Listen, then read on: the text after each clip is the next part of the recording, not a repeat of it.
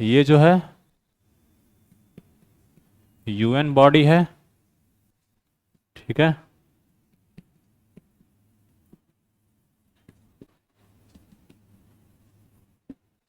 It's inter governmental body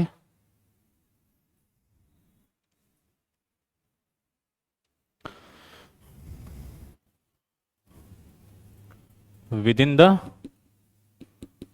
UN system, UN system मतलब United nation के अंदर ही, ठीक है। ये बॉडी है, यूएन बॉडी है, और ये इंटर गवर्नमेंटल, इंटर गवर्नमेंटल का मतलब ये होता है कि जहां पर दूसरी सरकारें, डिफरेंट डिफरेंट सरकारें इसमें इन्वॉल्व हैं, उनके प्रतिनिधि इसमें शामिल हैं, ठीक है। ये बना कब था? इन 2006, ठीक है। It replaced which body? UN commission on human rights. Yes, इसका पहले जो नाम था दूसरा, उसका जो नाम था UN commission on human rights, ठीक है। इसको रिप्लेस कर दिया और इसको रिप्लेस करके, इसको रिप्लेस करके बन गया ये यूएनएचआरसी, ठीक है। कोई डाउट है? किसी को यहां तक डाउट है कुछ? इसमें क्या डाउट होगा? वैसे डाउट तो कुछ होगा ही नहीं, सब फैक्चुअल फैक्ट्स तो ही है इसमें। अब ये क्या करता है कि यूएन जो एचआरसी है ये पूरे विश्व भर में ह्यूमन राइट्स को प्रोटेक्ट करता है और प्रमोट करता है, ठीक है। ह्यूमन राइट्स क्यों जरूरी है? ह्यूमन राइट्स क्यों जरूरी है? और यस, मतलब बेसिकली अगर ह्यूमन राइट्स मतलब मानव अधिकार, ठीक है। तो हमें अधिकार क्या है? सबसे पहले तो सीधी सी बात है जीने का अधिकार, और ऐसे बहुत सारी और भी अधिकार हैं, शांति से रहने का अधिकार, विकास करने का अधिकार। तो इस तरीके से बहुत सारे अधिकार हैं। हमें एम्प्लॉयमेंट का अधिकार होना चाहिए, ठीक है। तो ये हाँ यस, तो जो भी मतलब किसी व्यक्ति को जीवन को खुशहाल बना सकती है या समृद्ध बना सकती है या डेवलप कर सकता है किसी व्यक्ति को, उसे वो ह्यूमन राइट्स होता है। उसकी इंटीग्रिटी को, डिग्निटी को प्रोटेक्ट करें, और इसलिए ह्यूमन राइट्स को प्रमोट किया था, प्रोटेक्ट किया था। और ये करने के पीछे लॉजिक ये है कि भाई पहले यूनाइटेड नेशन जो 1945 में बना, इससे पहले जब वो बना था तो आपको पता है कि सेकेंड वर्ल्ड वॉर हुआ था, और सेकेंड वर्ल्ड वॉर जब खत्म हुआ उसी टाइम पे यूएन बना, राइट। तो यूनाइटेड नेशन बनने का रीजन यही था कि सेकेंड वर्ल्ड वॉर हुआ, उसमें लाखों लोगों की जान गई। जब लाखों लोगों की जान गई तो इसका मतलब क्या हुआ? ह्यूमन राइट्स प्रोटेक्ट हुआ या वायलेट हुआ? वायलेट हुआ। तो ह्यूमन राइट्स वायलेट हुआ लाखों लोगों का, और अक्रॉस द वर्ल्ड, ठीक है। और उसमें बहुत सारे लोग, मासूम लोग की भी जानें उसमें गई, ठीक है। तो इसीलिए ये, और इस तरीके से पहले हिस्ट्री में आप खैर पढ़ोगे ही वैसे तो, और आप जानते भी होगे, आप तक कुछ पढ़े होगा आप लोगों ने, कि पूरे हिस्ट्री में ऐसे बहुत सारे वॉर हुए हैं या ऐसे बहुत सारे इंसिडेंट हुए हैं, ठीक है। नरसंहार हुए हैं, वॉर हुए हैं, जेनोसाइड हुआ है, या हिटलर ने ज्यूस लोगों को करवाया, ठीक है। तो वो जो जीव का करवाया नरसंहार, उस टाइप के, इस टाइप के हिस्ट्री में ऐसे बहुत सारे नरसंहार आपको, और वॉर की वजह से लोगों की जाना इस तरीके से आपको देखने मिलेगा। और या फिर जो राजतंत्र था, पहले राजतंत्र हुआ करता था, हर जगह था राजतंत्र, ठीक है। तो वो राजतंत्र की वजह से क्या होता था कि जो राजा था वो राजा अपनी मनमानी करता था हर जगह, चाहे इंडिया हो, चाहे रशिया हो, चाहे यूरोपियन कंट्रीज हो, हर जगह राजशाही था। और हर जगह राजा क्या करते थे? जो राजा रहेगा तो मनमानी तो करेगा ही ना, और मनमानी करेगा तो आपका कहेगा मानवाधिकार, मानवाधिकार कोई है ही नहीं, ठीक है। उसका जो मन में आएगा वो करेगा। आप कहोगे कि तो ये मेरा ह्यूमन राइट्स है, आप कैसे वायलेट कर सकते हो? आप बोल सकते हो उसके सामने?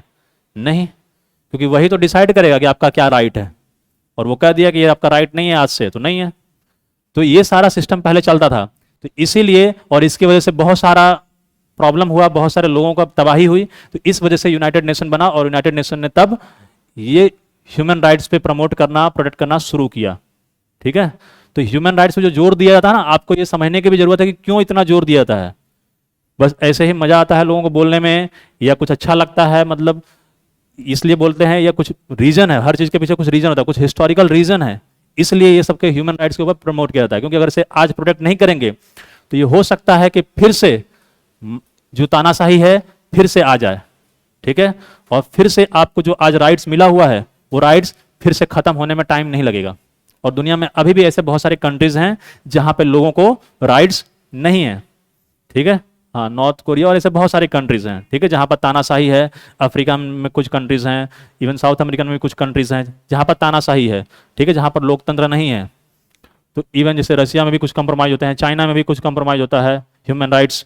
तो इस तरीके से ह्यूमन राइट्स प्रोटेक्ट किया जाए, इसलिए यूनाइटेड नेशन पूरे विश्व की सरकारों के साथ मिलकर और उन्हें काम करती है ह्यूमन राइट्स में, ह्यूमन राइट्स को प्रोटेक्ट करने के लिए और प्रमोट करने के लिए। ठीक है, तो ये उनके पीछे रीजन है और लॉजिक है।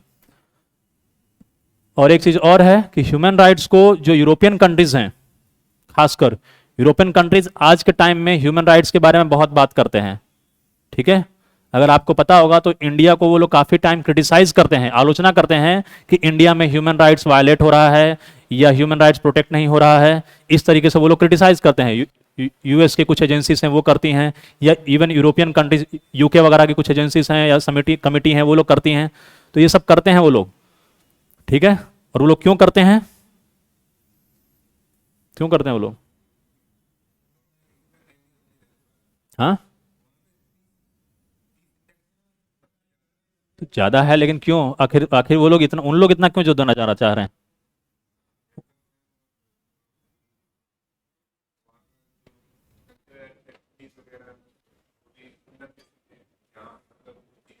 हम्म, तो और लेकिन वो लोग ही इतना जोर क्यों दे रहे हैं? हम क्यों नहीं, हमें नहीं चाहिए ह्यूमन राइट्स? हम क्यों नहीं इतना जोर देते हैं? मतलब या बाकी कोई और कंट्रीज, बांग्लादेश, अफगानिस्तान, इन लोग कभी सुने हो कि इंडिया में ह्यूमन राइट्स वायलेट हो रहा है या इंडिया को ह्यूमन राइट्स की प्रमोट करने की जरूरत है? ज्यादातर अगर आप न्यूज में सुनते होगे तो European countries, US, develop countries जो इस तरीके हैं, या जो मैंने उस दिन स्कैंडिनेवियन नॉर्डिक कंट्रीज बताया था, ये लोग बहुत ज्यादा, इन लोग की सरकारें जब भी मीटिंग होती है, समिट होती है या कुछ इस तरीके से बातें होती हैं, तो ये लोग ह्यूमन राइट्स का हमेशा मुद्दा उठाते हैं। तो ह्यूमन राइट्स, एनवायरनमेंट, ये दो मुद्दा जरूर उठेगा। कोई भी मीटिंग हो, कोई भी कॉन्फ्रेंस हो या कोई भी डिस्कशन हो, ये दो मुद्दा जरूर उठता है। अगर आप देखो, अगर पढ़ोगे कंसिस्टेंटली तो आखिर ये दोनों मुद्दा उठता क्यों है वहां पर? हाँ,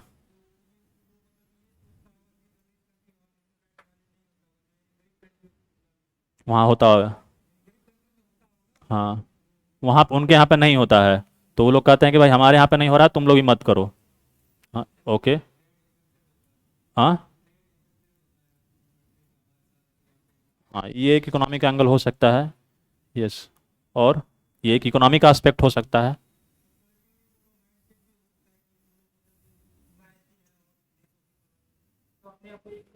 हाँ, ये सोचते हैं कि हाँ हम लोग मतलब उच्च हैं और तुम लोग मतलब भाई नहीं कर रहे हो तो तुम लोग निम्न हो, ये हो सकता है। हम्म। यस। हम्म। हाँ, हाँ, विदेशी नहीं आएंगे। हाँ, तो मैं वही पूछना चाह रहा हूँ कि आखिर उन लोगों को प्रॉब्लम क्या है इतना कि ह्यूमन राइट्स की वजह से वो लोग निवेश भी नहीं करना चाह रहे हैं, राइट? तो क्या दिक्कत है? तो उन्होंने बताया कुछ ऑल ओवर वर्ल्ड में ह्यूमन का राइट की बात करता है, जिससे इंडिया में फंडामेंटल ऐसे ही। ओके, ठीक है, ओके, पहले से बताया हुआ। सो मैं चलो बताता हूँ थोड़ा सा ब्रीफली जस्ट। खैर ये सब चीज़ें आप आगे और अलग अलग सब्जेक्ट में पढ़ोगे। जस्ट इसके पीछे लॉजिक यही है कि जो यूरोपियन कंट्रीज हैं या यूएस है, ये सब जो डेवलप्ड कंट्री हो चुके हैं, और आप ये देखोगे कि जो भी दोनों वर्ल्ड वॉर हुए, फर्स्ट वर्ल्ड वॉर और सेकंड वर्ल्ड वॉर, मेनली जो सबसे ज्यादा तबाही हुई इन्हीं दोनों वर्ल्ड वॉर में हुआ। खैर इससे पहले भी बहुत सारा वॉर हुआ है, लेकिन जो अब तक एक हिस्टोरिकल जो तबाही हुई या जाने गई, वो कहाँ गया? विश्व युद्ध में। और दो विश्व युद्ध हुए, हुए ना, 20 साल के अंदर। तो और दोनों यूरोप में हुआ। दोनों हुआ कहाँ? यूरोप में ही हुआ ना। तो जहां पे वॉर होगा, बॉम्ब ब्लास्ट वहीं पर होगा। आज कहां वॉर हो रहा है? यूक्रेन और रसिया में हो रहा है। तो सारी तबाही कहां हो रही है? वहीं पर हो रही है। तो उसी तरीके से जब यूरोप में उस टाइम पे वॉर हुआ होगा, इटली, जर्मनी, फ्रांस, यूके, तो तबाही भी वहीं ज्यादा हुई होगी। तो उन लोगों ने ये एक्सपीरियंस किया, अनुभव किया ये, कि जब वॉर होता है तो जाने जाती है, इकोनॉमी अफेक्ट होता है, प्रॉपर्टी अफेक्ट होता है, पॉलिटिकल राइट्स, सिविल राइट्स, सारे राइट्स वायलेट होते हैं। ठीक है, और उन लोगों ने इस चीज को जिया है, इसको अनुभव किया है, और 20 साल के अंदर में, मतलब एक ही जनरेशन दो दो बार उस चीज को देखा। जो 1919 में जो जिंदा रहा होगा, वो 1939 में थोड़े मर जाएगा। अगर मान लो उस टाइम पे 20, 30, 50 साल का भी है तो भी उस टाइम पे जनरली जिंदा रह सकता है। तो उसने अपने एक ही जीवन में 2 वर्ल्ड वॉर देख लिया। तो इस तरीके से उनके मेमोरीज में ये वर्ल्ड वॉर इस तरीके से आ गया कि मतलब एक भयावह सपने की तरह उसको उन लोगों ने इसी त्रासदी की तरह देखा कि उसको उन लोगों ने, उनके दिमाग में ये छप गया कि अगर वर्ल्ड वॉर या वॉर होगा मतलब तबाही तबाही होनी है सिर्फ। ठीक है, हम लोग कहते हैं कि इंडिया और पाकिस्तान के बीच में वॉर हो जाए, क्यों? क्योंकि हम लोगों ने वॉर देखा नहीं है। ठीक है, हम लोगों ने उसे झेला नहीं है, तो हम लोग कभी कभी कह देते हैं जोश में आके।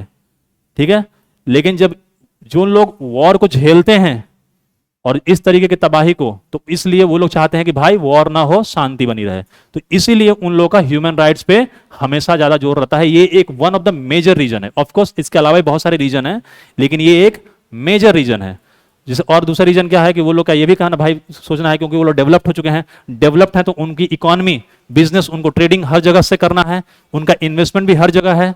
तो अगर ह्यूमन राइट्स वायलेट होंगे तो क्या होगा? इकोनॉमी अफेक्ट होगी ना, ट्रेड अफेक्ट होगा, बिजनेस अफेक्ट होगा। तो इस सब वजहों से उनका लॉस भी होगा। तो इसलिए वो इकोनॉमिक एंगल से भी वो चाहते हैं कि शांति बनी रहे, क्योंकि शांति बनी रहेगी तभी बिजनेस होगा। ठीक है, अब जैसे अफगानिस्तान में या पाकिस्तान में मान लो कि जब तालिबान रूल आ गया तो उसके बाद से बिजनेस काफी इफेक्ट हो गया। उसके पहले कुछ डेमोक्रेसी था कम से कम, तो कुछ बिजनेस चल रहा था। ठीक है, अगर वही वहां पूरी शांति हो जाती तो और बिजनेस बढ़ता, और अगर वही यहाँ पे अशांति ज्यादा बढ़ जाएगी तो जो बिजनेस चल रहा है वो भी बंद हो जाएगा ना। तो इन सब वजहों से, रीजन से ये सरकारें जो है ह्यूमन राइट्स पे बहुत ज्यादा जोर देती हैं। और दूसरा एनवायरनमेंट का मैंने आपको एक दिन और पहले बताया था, क्योंकि ये लोग यूरोप में है तो आपको पता है कि आर्कटिक जो ग्लेशियर्स हैं जो नॉर्थ पोल के, वहां पे काफी मेल्ट हो रहे हैं, क्लाइमेट चेंज वगैरह हो रहा है।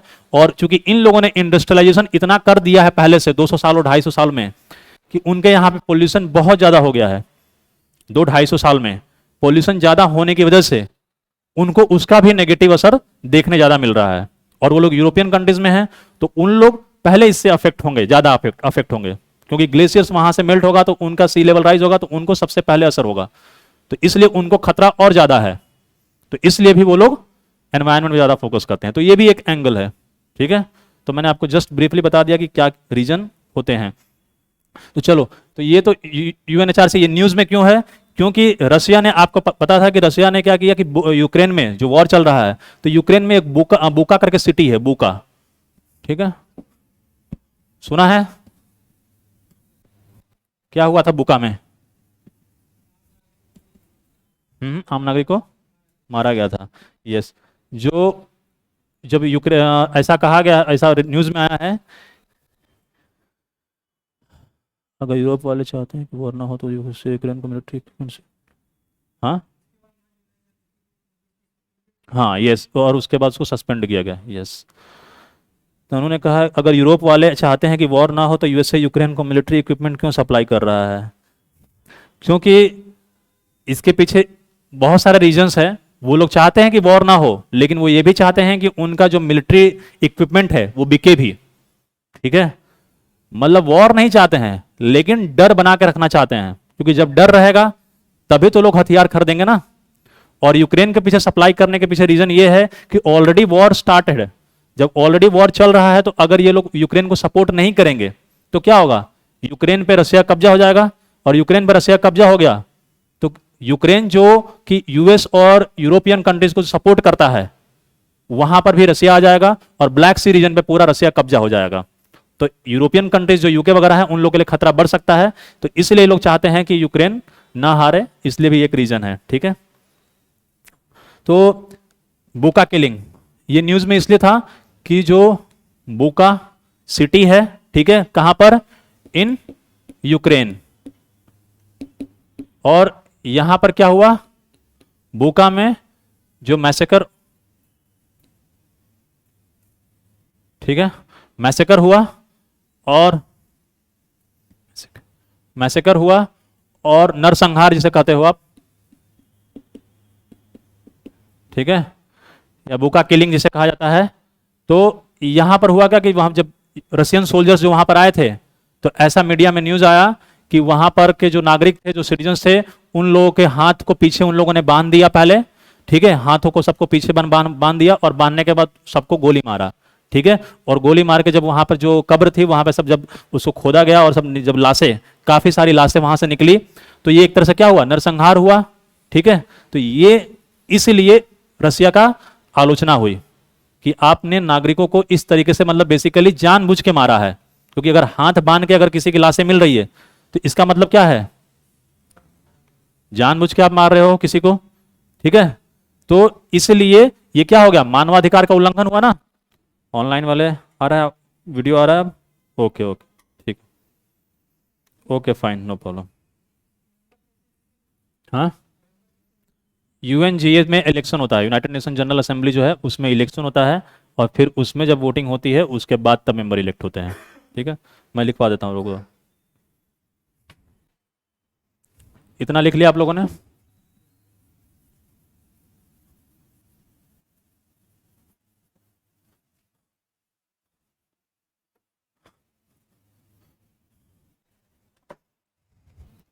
जो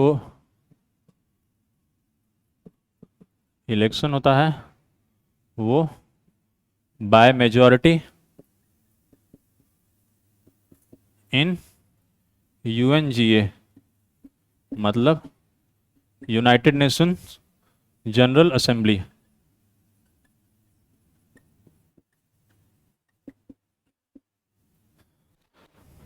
संयुक्त राष्ट्र महासभा, ठीक है।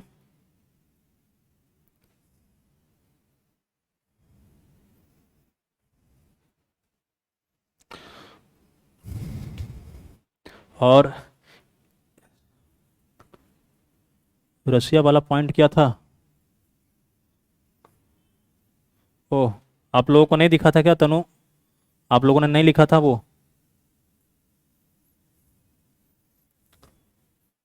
ओह ओके ओके, चलो मैं लिख देता हूँ। रसिया, रसिया वाला पॉइंट समझ में तो आ गया था आप लोगों को, मयूर तनु बताओ, आप लोगों को समझ में तो आ गया था ना, सुना तो होगा आप लोगों ने, ओके ठीक है, मैं बस लिख देता हूँ। ये जो बुका, बुका जो सिटी है यूक्रेन में, तो वहां पर बुका किलिंग जो हुआ था सिटीजन्स का यूक्रेन में, तो इसीलिए रसिया को एक्सपेल किया गया, Russia was expelled from membership of UNHRC, ठीक है, ये पॉइंट है, आप लोग लिख सकते हो, चलो ठीक है। नेक्स्ट, इलेक्शन जो होता है इन लोगों का यूएनजीए में होता है, यूएनजीए में जो मेजोरिटी वोट आएगा तो ये मेंबर होगा, और इन लोग जो यूएनएचआरसी है इनका जो रिजोल्यूशन होता है, जो रिजोल्यूशन होता है वो बाइंडिंग होता है या नॉन बाइंडिंग होता है, मतलब रिजोल्यूशन मतलब ये लोग कुछ अप संकल्प पास करते हैं, जैसे मान लो कि यूएन में जो बोका किलिंग हुआ तो इसके खिलाफ में ये लोग रिजोल्यूशन पास करेंगे, उसकी निंदा करते हैं, ठीक है, और इसे कहते हैं कि इसके खिलाफ कार्रवाई होनी चाहिए। तो जो ये लोग रिजोल्यूशन पास करते हैं क्या वो बाइंडिंग होता है, बाध्य होता है, या अबाध्य होता है, बाध्य नहीं होता है, नॉन बाइंडिंग होता है, बाध्य होता है, नॉन बाइंडिंग होता है, ठीक है। तो जो रिजोल्यूशन है इन लोगों का, resolution of UNHRC is non-binding,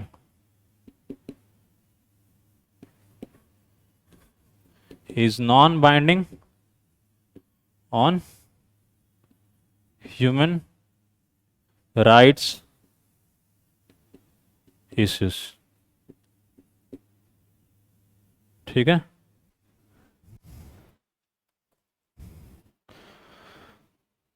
yes yes, तो नॉन बाइंडिंग होता है, नॉन बाइंडिंग मतलब इन लोगों ने कोई भी प्रस्ताव पारित किया किसी देश के खिलाफ में, ठीक है, उसकी निंदा करने या कुछ उसके खिलाफ एक्शन लेने की बात कही, तो वो क्या होगा, या कुछ उसको कह मतलब उसको कुछ इंस्ट्रक्शन पास किया कि इंडिया को, मान लो ये कहा कि इंडिया किसी को अरेस्ट किया है, किसी एक्टिविस्ट को, और उन लोगों ने कहा कि यूएन ह्यूमन राइट्स वायलेट हुआ है और आप उस एक्टिविस्ट को रिलीज कर दो, जेल से छोड़ दो, तो क्या इंडियन गवर्नमेंट को छोड़ना पड़ेगा उसे? अगर बाइंडिंग होता तो छोड़ना पड़ता, नॉन बाइंडिंग है इसका मतलब हमारे ऊपर है, हम चाहेंगे तो तुम्हारी बात मानेंगे, नहीं चाहेंगे तो नहीं मानेंगे, ठीक है। नॉन बाइंडिंग उसको बोलते हैं कि अगर वो लोग कुछ कहते हैं किसी देश को करने के लिए कि आप ह्यूमन राइट्स को प्रोटेक्ट करने के लिए ये काम करो, तो अब उस देश के ऊपर डिपेंड करेगा कि उसको करना है या नहीं करना है। That is called as non binding, ठीक है। यस, तो और एक और चीज होता है, और इसका ऑफिस कहां पर है? इसका ऑफिस जेनेवा, स्विट्जरलैंड। यस, लिख लो, चाहिए लिखना है तो वो भी लिख लो, जेनेवा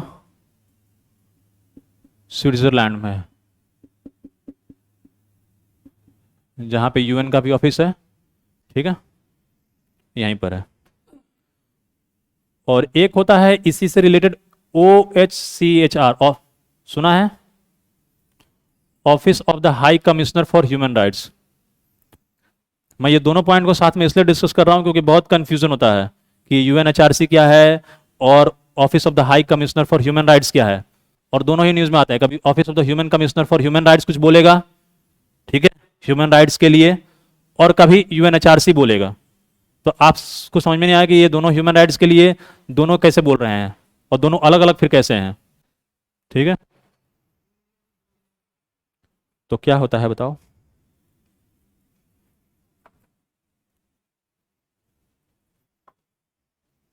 किसी ने सुना है office of the high commissioner of? ये सबने लिख लिया?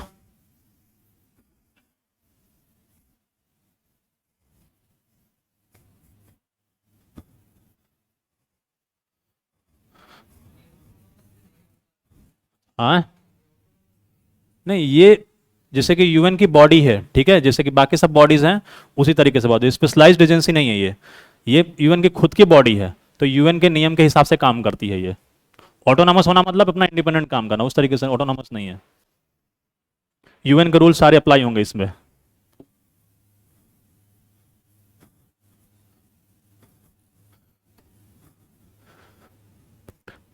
ये UNHRC हो गया, इसी के साथ में एक होता है OHCHR,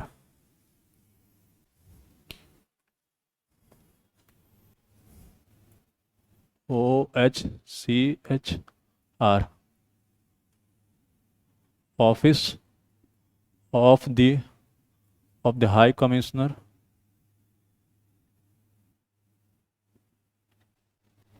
office of the high commissioner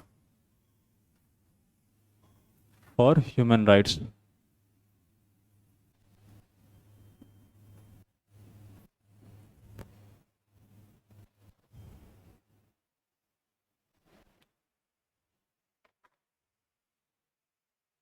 सुना है?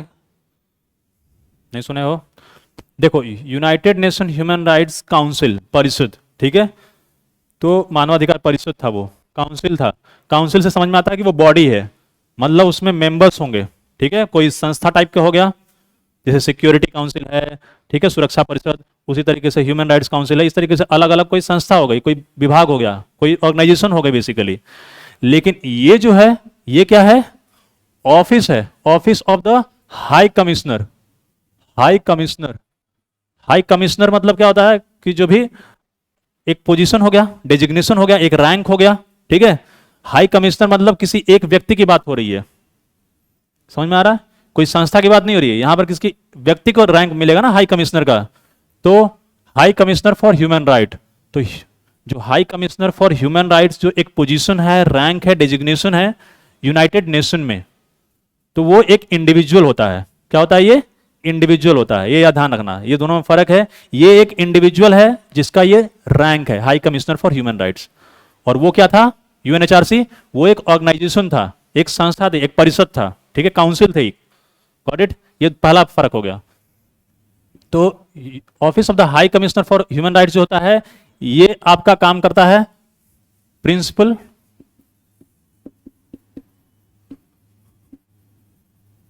ह्यूमन राइट्स ऑफिशियल, ठीक है, ऑफ द यूएन। ये देखो ऑफिशियल लिखा है ना, ऑफिशियल मतलब अधिकारी हो गया, प्रिंसिपल मतलब मुख्य, मुख्य ह्यूमन राइट्स ऑफिशियल है, ठीक है।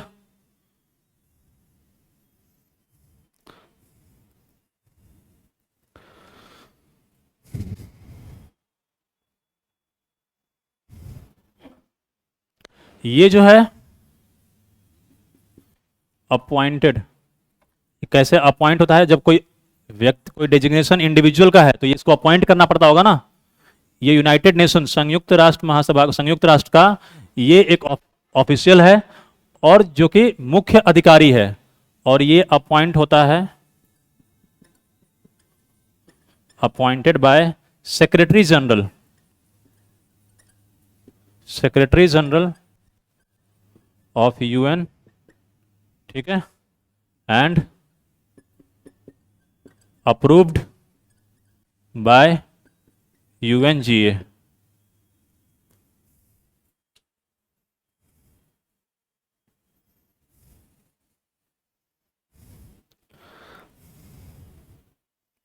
ओके, टेन्योर, अवधि जो होती है कितने साल के लिए, 4 इयर्स के लिए।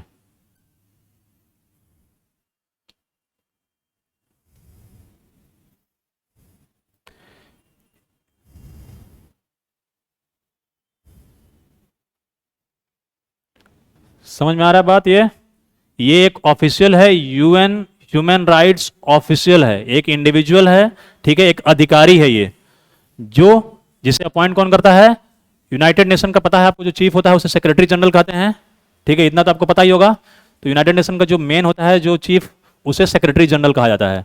तो सेक्रेटरी जनरल इसे अपॉइंट करता है और बाद में उसको अप्रूव कौन करता है, यूनाइटेड नेशन जनरल असेंबली, ठीक है, संयुक्त राष्ट्र महासभा उसे अप्रूव करती है। और कितने साल के लिए अपॉइंट होता है, 4 साल के लिए। इसे एक बार और रीअपॉइंट किया जा सकता है, ठीक है, 1 टाइम और रीअपॉइंट किया जा सकता है, उससे ज्यादा नहीं। और दूसरा चीज, ये जो रिस्पॉन्सिबल होता है, he is responsible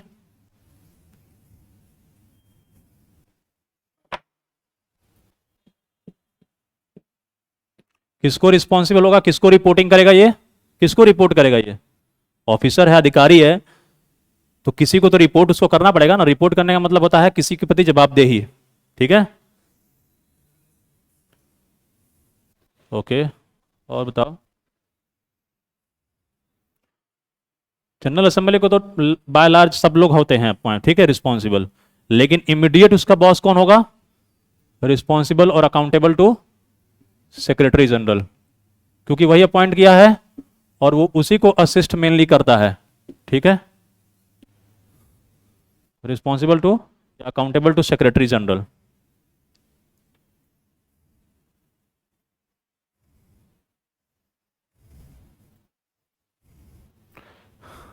And he is responsible for all the activities of OHCHR, OHCHR, ये office of the high commissioner for human rights. Office of the high commissioner मतलब क्या है, जो हाई कमिश्नर है उसका ऑफिस, उसका कार्यालय, ठीक है। आप जैसे यहाँ पर जाओगे कश्मीरी गेट में, तो वहां पर आप देखोगे कि जो चुनाव आयुक्त है उसका कार्यालय है, ठीक है। तो उसी तरीके से कार्यालय मतलब ऑफिस, जहां पर वो बैठता है, जहां पर उसका काम काज करता है। तो उसी तरीके से हाई कमिश्नर का ऑफिस, उसको कौन देखेगा, ये उसका चीफ होगा, ठीक है, ये उसे काम काज को देखेगा। और अगर कोई फंक्शंस स्पेसिफिकली असाइन टू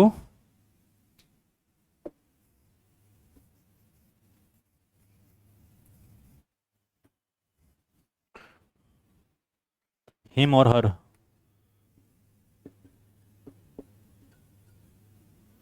ठीक है।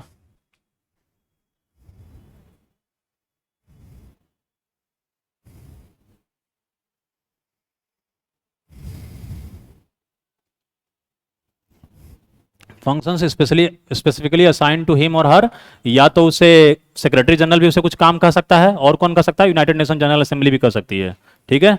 दोनों लोग कर सकते हैं, हिम और her, by United Nation General Assembly. और सेक्रेटरी जनरल भी ऑफकोर्स कर ही सकता है, उसका बॉस है तो। मतलब जो भी ये लोग काम कहेंगे, कौन, अगर जो सेक्रेटरी जनरल है या यूनाइटेड नेशन जनरल असेंबली है, इन लोगों ने इसको हाई कमिश्नर को कहा कि आप ये ह्यूमन राइट्स के लिए इस पर्टिकुलर मैटर को देखो आप, या इसके बारे में रिपोर्ट बना के मुझे दो, तो ये काम करेगा वो, ठीक है। तो ये दोनों मैंने इसलिए बता दिया कि दोनों ही ह्यूमन राइट्स के लिए काम करते हैं और दोनों ही यूएन में हैं, यूएन से रिलेटेड हैं, तो आपको कंफ्यूजन ना हो जाए बाद में, इसलिए मैंने दोनों को एक साथ बता दिया, ठीक है। वो एक काउंसिल है यूएनएचआरसी, और ये एक इंडिविजुअल है, ठीक है, office of high commissioner for human rights. बस दैट्स इट, लेक्चर खत्म नहीं हुआ, डोंट वरी, ये टॉपिक खत्म हो गया। हाँ, ये स्थापना नहीं, ये तो ऑफिस है ना, तो ऑफिस को क्या स्थापना करें, ये तो पहले से ही है। हाँ, ये तो ऑफिस है ना, ये तो इंडिविजुअल है, तो ऑफिस को चलाने के लिए तो चलना पड़ेगा ना। ये कोई विभाग या कोई ऑर्गेनाइजेशन, तो संस्था की ना स्थापना की जाती है, राइट, ठीक है। शुरुआत से नहीं है, बीच में कुछ कभी रिजोल्यूशन पास हुआ, जब लगा इन लोगों के ह्यूमन राइट्स के लिए कोई ऑफिस अलग से बनाना चाहिए। ये ऑफिस बेसिकली क्या होता है कि जैसे कि मैंने आपको उस दिन बताया था कि डिपार्टमेंट विभाग है जैसे, तो मुझे कोई काम की जरूरत पड़ रही है, या मुझे लग रहा है कि ये काम के लिए कोई ऑफिसर या कोई डिपार्टमेंट बनाना चाहिए, तो मैं बना दूंगा, तो जब जरूरत पड़ेगी तब उस टाइम बना दिया जाता है, ठीक है। चलो आगे, लास्ट पॉइंट आज का, क्या क्या हमने डिस्कस कर लिया, क्या पहला टॉपिक क्या डिस्कस किया था आज, हाँ, FCRA, देन UNHRC, और CCI किया था ना, CCI, फिर UNHRC, और ये office of the high commissioner for human rights, ठीक है।